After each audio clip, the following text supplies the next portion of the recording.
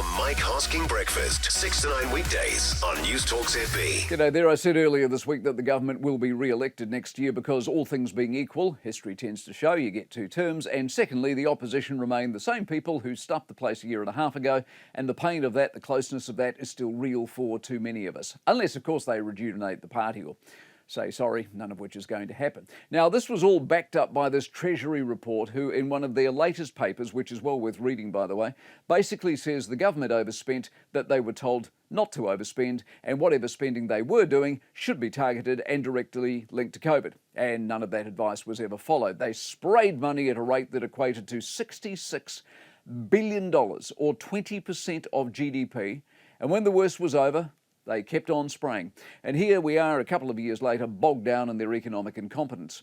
The politics of it all is in full swing at the moment as Labor try desperately to blame the current government for the mess we're in, and making that argument slightly complicated is the ongoing criticism, justifiable if you ask me. For all the announcements and noise, this is a timid government that really had license to go for broke, and they've largely chickened out. Oh, they've dabbled and poked and prodded and done some very decent stuff, common sense stuff at times. Building products, the announcement we've seen, garden sheds, speed limits, rucks, NCEA. I mean, this all happened in the last couple of weeks. There's no shortage of bits and pieces, but it's not transformational, hence the slow progress and the opening for Labor to have a crack. Labor are praying basically, you forget all of this is on them. But it is. And the Treasury paper very clearly says so.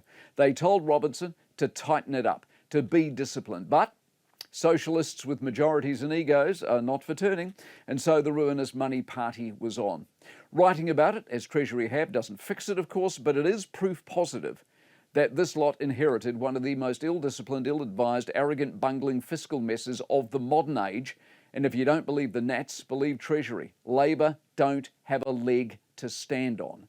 And the same people who did that to us are still there, wanting you to forget and give them another crack in a year's time. And that is why they will not win. The Mike Hosking Breakfast, 6 to 9 weekdays on Newstalk ZB.